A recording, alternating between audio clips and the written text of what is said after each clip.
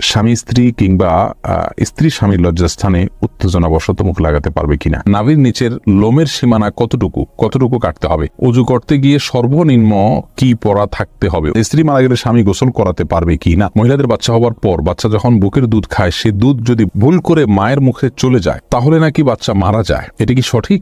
সব মহিলারা এ ব্যাপারে খুব সচেতন। মেয়েরা কি চুল বেঁধে নামাজ পড়বে নাকি চুল খুলে পড়বে? আমার এক বোনের বিয়ে হচ্ছে না, একজন বলে জাদু করেছে, কি করা যায়? পাত্রের ভেতর হাত ঢুকিয়ে অজু করা যাবে কিনা? কে বলে স্ত্রী প্রেগনেন্ট থাকলে স্বামী কোনো জীবজন্তু মারতে পারবে না, যেমন মশা, মাছি, ছারপোকা ইত্যাদি, মারলে আগত সন্তানের অমঙ্গল হবে, এটা কি সঠিক? মেয়েরা হাত পায়ের নখ বড় রাখলে কি নামাজে অসুবিধা হবে? SMS এ তালাক দিলে কি তালাক হবে নাকি মুখ উচ্চারণ করলেই শুধু তালাক হবে? সোফা হেলান দিয়ে বা যে কোনো কিছুতে হেলান দিয়ে কোরআন তেলাওয়াত করা যাবে কিনা? অনেক বিলম্ব না করে চলুন আমরা চলে যাই আমাদের প্রশ্নোত্তরে সরাসরি।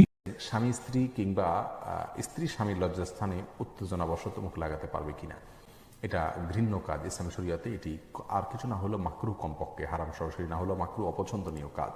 এসআই লাবিব মজুমদার জানতেছেন জেনা থেকে বাঁচার উপায় কি? দেখুন, জেনা থেকে বাঁচার উপায় হলো জেনার কাছাকাছি না যাওয়া, যার সাথে কথা বললে, চ্যাট করলে, ফ্রেন্ড লিস্টে থাকলে জেনার দিকে আহ্বান হতে পারে, অগ্রসর হতে পারেন, সেখান থেকে দূরে থাকতে হবে। এটা হলো সবচেয়ে বড় বিষয়, মুত্তাকিদের সঙ্গে থাকতে হবে। সাদ বিন আব্দুর রহিম, আপনি জানতে চেয়েছেন নাভির নিচের লোমের সীমানা কতটুকু কাটতে হবে?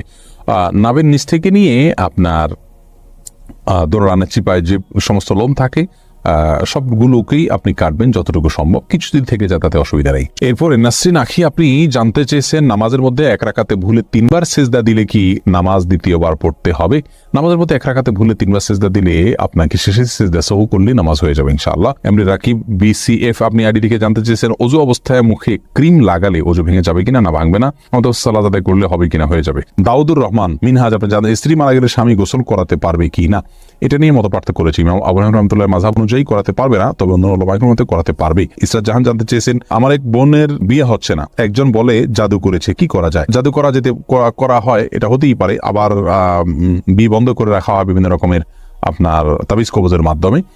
তো এগুলো ভালো কোনো ঝাড়ফুঁক করেন কোন দেশের আলোকে, এরকম কোনো ব্যক্তির সাহায্য নিয়ে ঝাড়ফুঁকের মাধ্যমে এগুলো কাটানোর চেষ্টা করা উচিত। সোহেল রানা, আপনি প্রশ্ন করেছেন অনেকে বলে স্ত্রী প্রেগনেন্ট থাকলে স্বামী কোনো জীবজন্তু মারতে পারবে না, যেমন মশা, মাছি, ছারপোকা ইত্যাদি, মারলে আগত সন্তানের অমঙ্গল হবে, এটা কি সঠিক? না ভাই সোহেল রানা, সম্পূর্ণ ভিত্তিহীন কথা। কোরআন এবং হাদিস এই ধরনের কোনো কথা নেই। প্রচুর পরিমাণে ভিত্তিহীন কথা এবং প্রপাগান্ডা আমাদের সমাজে প্রচলিত আছে, অনেক কুসংস্কার আমাদের সমাজে প্রচলিত আছে। তার মধ্যে থেকে এটা একটা, স্ত্রী প্রেগনেন্ট থাকলে স্বামীর জন্য কোনো করণীয়, মুরগি জবাই করতে পারবে, রায়রে করতে পারবে, এটা করতে, এরকম কোনো কথা নেই, এগুলো সম্পূর্ণ বানানো কথা। সাইফুল ইসলাম জানতে চাইছেন সোফা হেলান দিয়ে বা যে কোনো কিছুতে হেলান দিয়ে কোরআন তেলাওয়াত করা যাবে কিনা? যাবে, কোনো অসুবিধা নেই, তবে কোরআনের প্রতি সম্মান প্রদর্শন করে যদি আপনি শ্রদ্ধার সাথে বসে করতে পারেন সেটা বেশি ভালো, কিন্তু হেলান দিলে করা যাবে এমন কোনো কথা নেই। এরপরে তানজিন মিষ্টি জানতে চেয়েছেন মেয়েরা হাত পায়ের নখ বড় রাখলে কি নামাজে অসুবিধা হবে? নামাজ হয়ে যাবে যদি আপনি নখের ভেতরে চিপায় পানি পৌঁছাতে পারেন, তাহলে সেক্ষেত্রে নামাজ হয়ে যাবে, নামাজের কোনো সমস্যা নেই। তবে যদি ব্যাপারটি এরকম হয় যে নিচে হাত ধোবেন কবজি পর্যন্ত 3 বার, এরপরে কুলি করবেন গড়গড়া করে, এরপরে নাকে পানি দিবেন ভালো করে, তারপরে মুখ ধোবেন, হাত ধোবেন, এরপরে পুরো শরীরে পানি ঢেলে গোসল করবেন, আসার সময় 2 পাও ধুয়ে বের হয়ে চলে আসবেন। এটাই ফরজ গোসলের সুন্নাহসম্মত পদ্ধতি। লামিয়া এটি থেকে লিখেছেন স্বামী যদি পর্দার অনুমতি না দেয় তাহলে করণীয় কি? স্বামীর অনুমতির দরকার নেই, আল্লাহ তাআলা ফরজ করেছেন পর্দাকে, অতএব যেটা আল্লাহ তাআলা ফরজ করেছেন সেটা করতে গিয়ে স্বামীর অনুমতির কোনো প্রয়োজন নাই। এমনকি স্বামী যদি বাধাও দেন, সে বাধা উপেক্ষা করে আপনি বিনয়ের সাথে তাকে জানিয়ে দেওয়া যে আমার সৃষ্টিকর্তার নির্দেশ আমি মানতে বাধ্য, তোমাকে বা আপনাকে আমি ভালোবাসি, মানে এই না যে সৃষ্টিকর্তার নির্দেশ আমি লঙ্ঘন করব আপনার নির্দেশের কারণে। বিনয়ের সাথে তাকে নিজের অপারগতার কথা প্রকাশ করে আপনি ঠিকই পর্দা মানতে হবে। এরপরে এমডি হাদিস যখন আপনি লিখেছেন কত টাকা হলে জাকাত দিতে হবে? জাকাত দিতে হবে 595 গ্রাম রূপা কেনার মতো টাকা থাকলে। 595 গ্রামের রূপার বাজার মূল্য কত দেখবেন, সেটা সম্ভবত 40-50 হাজার বা এর কম বেশি হবে। আমি এক্সাক্ট ফিগার বলছি না, জাস্ট আইডিয়া দিলাম। 1 লাখের নিচেই হয়ে যায় জাকাতের অর্থ যদি এই টাকা আপনার কাছে 1 বছর পড়ে থাকে, স্টে করে অবস্থান করে, তাহলে সেক্ষেত্রে 1 বছর পর আপনি এটা জাকাত দিবেন। আর যদি এর মধ্যে খরচ হয়ে যায় বা আপনি জমি কিনে ফেলেন বা এমন কোনো কাজে লাগায় ফেলেন যেটা জাকাতযোগ্য সম্পদ নয়, তাহলে সেক্ষেত্রে আর সেটা জাকাত আপনাকে দিতে হবে না। আয়ান ইসলাম আপনি লিখেছেন আমি একজনের কাছ থেকে 2 লক্ষ টাকা ধার এনেছি, দেওয়ার সময় আমি কি তাকে খুশি হয়ে কিছু বাড়িয়ে দিতে পারি? তাকে শুধু হবে না, এটা শুধু হবে না, বরং একটা হাদিস দ্বারা এটাকে অনুমোদন করা হয়েছে। একটা হাদিসে নবী করিম সাল্লাল্লাহু আলাইহি ওয়াসাল্লাম এর জন্য নির্দেশনাও দিয়েছেন, কর্দে হাসানা, কেউ আপনাকে দিয়েছেন লোন, আপনি পরিশোধ করার সময় আপনার নিজে থেকে কিছু বাড়িয়ে তাকে দিলেন, এটা জায়েজ আছে। তিনি এটার জন্য কোনো আশা করলেন না, অর্থাৎ তিনি পাবেন কি পাবেন না গুনাহখোর তার হয়তো মাথায়ও নেই, তিনি জাস্ট মূলটা পাবেন সে আশাই তার আছে। আপনিও দিবেন আগে থেকে এরকম কোনো চুক্তি তার সাথে করেননি, জাস্ট দেওয়ার সময় আপনি একটু বাড়িয়ে দিলেন, এটা কিন্তু সুদের অন্তর্ভুক্ত হবে না, এটা জায়েজ হবে ইনশাআল্লাহ বিদিনিল্লাহ। শাহনওয়াজ শেখ আপনি লিখেছেন, আমি স্বর্ণকারের কাজ করি, আমার জন্য সোনার আংটি তৈরি করা জায়েজ হবে কি? হ্যাঁ, করতে পারেন আপনি, সোনার আংটি তৈরি করতে কোনো অসুবিধা নাই, কিন্তু পুরুষদের জন্য স্বর্ণ পরা হারাম বিধায় কোন পুরুষ পরবে আপনি জানেন তারপরও আপনি হেল্প করেন, তাহলে সেক্ষেত্রে তো আপনি গুনাহগার হবেন। আর এমনিতে আপনি আংটি তৈরি করেছেন, সেই আংটিটা যে কেউ পড়তে পারে, পুরুষ পড়তে পারে, নারী পড়তে পারে, এরকম অপশন আছে, তো সেক্ষেত্রে আপনি আংটি তৈরি করলেই যে গুনাহগার হয়ে যাবেন ব্যাপারটি সেরকম না, কারণ আপনি তো আর কাউকে ওই আংটি পরার ব্যাপারে আপনি নিশ্চিত না যেটা কি ছেলে পড়বে নাকি মেয়ে পড়বে, যার কারণে গুনাহ হবে না। হ্যাঁ, যদি এরকম থাকে যে আংটির মধ্যে ছেলে কোনগুলো পড়বে সেগুলো আপনার নিশ্চিত থাকে যেটা ছেলেরা পরে, আপনি ইচ্ছাকৃতভাবে সেই আংটি বানাচ্ছেন ছেলেরা যে আংটি পড়বে, তাহলে সেক্ষেত্রে আপনি গুনাহগার হবেন। পশ্চিম বাংলা থেকে বলছি, কৃষি লোন না নিলে সরকারি সুযোগ সুবিধা পাওয়া যায় না, বিশেষ সুবিধার জন্য লোন নেওয়া যাবে কি? দেখুন, কৃষি লোন যদি না নেওয়া হয় তাহলে সেক্ষেত্রে সরকারের সুযোগ সুবিধা না পাওয়া গেলে সেটাকে বর্জন করবেন। তারপরে সুদ ভিত্তিক লোন নেবেন না। সুদ আল্লাহ তাআলার জমিনে হারামের তালিকার মধ্যে সবচেয়ে ভয়াবহ একটি বিষয়, যার ব্যাপারে আল্লাহ তাআলা যুদ্ধের ঘোষণা করেছেন, যেটার ভয়াবহতা এরকম মারাত্মক যে সেটার 70টা খারাপ দিকের মধ্যে অত্যন্ত সাধারণ একটা খারাপ দিক হলো নিজের মায়ের সাথে জানার মতো। কত জঘন্য বিষয় চিন্তা করেন, যার জন্য শাস্তি বারজাখ থেকে, কবর জগৎ থেকেই শুরু হয়ে যাবে। নবী করিম সাল্লাল্লাহু আলাইহি সাল্লামকে আল্লাহ তাআলা দেখিয়েছেন তার রূপ এবং আপনার চিত্র, জাহান্নামে তার শাস্তির ধরন কি অবিস্তারিত বিবরণ উঠে এসেছে। কিয়ামতের দিন হাদিসে আসছে নবী করিম সাল্লাল্লাহু আলাইহি ওয়াসাল্লাম বলেছেন, কিয়ামতের দিন আল্লাহ রাব্বুল আলামিন এর পক্ষ থেকে বলা হবে যে, কই তোমার হাতিয়ার নিয়ে প্রস্তুত হও যুদ্ধের জন্য, তুমি যে সুদখোর।